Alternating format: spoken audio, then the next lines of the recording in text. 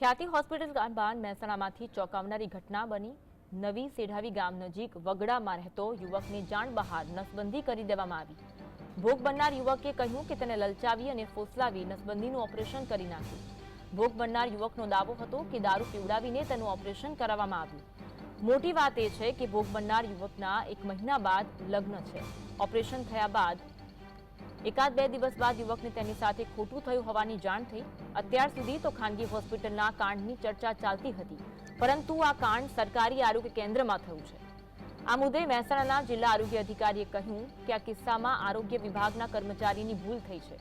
ધનાલી આરોગ્ય કેન્દ્રમાં કર્મચારીની ભૂલથી યુવકનું ખોટું ઓપરેશન થયું છે, જેથી ભૂલ કરનાર આરોગ્યકર્મી વિરુદ્ધ સસ્પેન્શન સુધીની કાર્યવાહી થશે।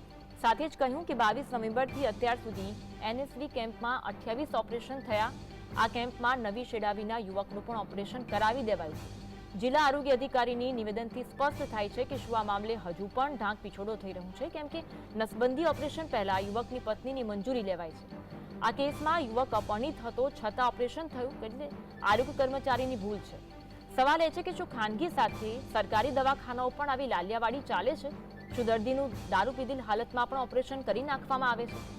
આ મામલે ઊંડી તપાસ થાય તો ઘણી ચોંકાવનારી વસ્તુઓ બહાર આવી શકે છે। જોમ ફર્યો જોઈને આવીએ હેન કે બેહી જાય કે ખાલી તે પછી હી થોડો નીશો મને થઈ ગયો તે ફોન ના રીતે કે બેહી ચિંતા નહીં કે તાર કોઈ તેમ કરીને દવાખાને જઈને પાછો 100 રૂપિયાનો બીજો દારૂ પીવડાવે। પછી ફૂલ થઈ ગયો ને તે કોઈ ખબર ના રહી। પછી બીજા દારૂ ચક્કર ને એવું આપવા મને કોઈ પેશાબમાં તો આટલું બધું દુખાય।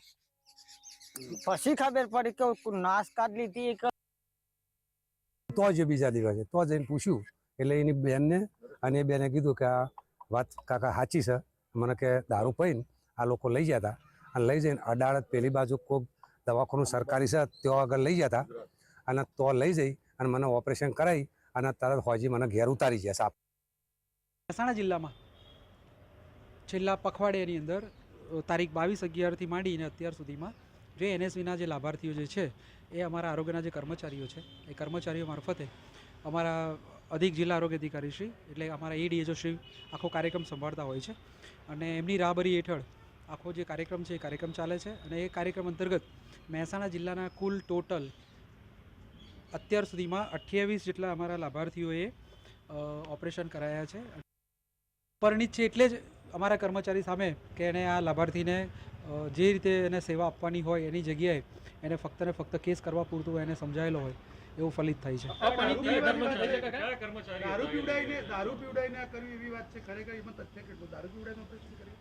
લાભાર્થીએ દારૂ પીધો ન પીધો એ આખી વસ્તુ જુદી છે, પરંતુ લાભાર્થી એ કુંવારો છે અને કુંવારાની સાથે એને પૈસાની લાલચમાં કર્યું હોય અથવા તો પછી એણે પોતે, કારણ કે એનો અંગૂઠો છે એમાં, પરંતુ અમારા જે કર્મચારી છે અમારા કર્મચારી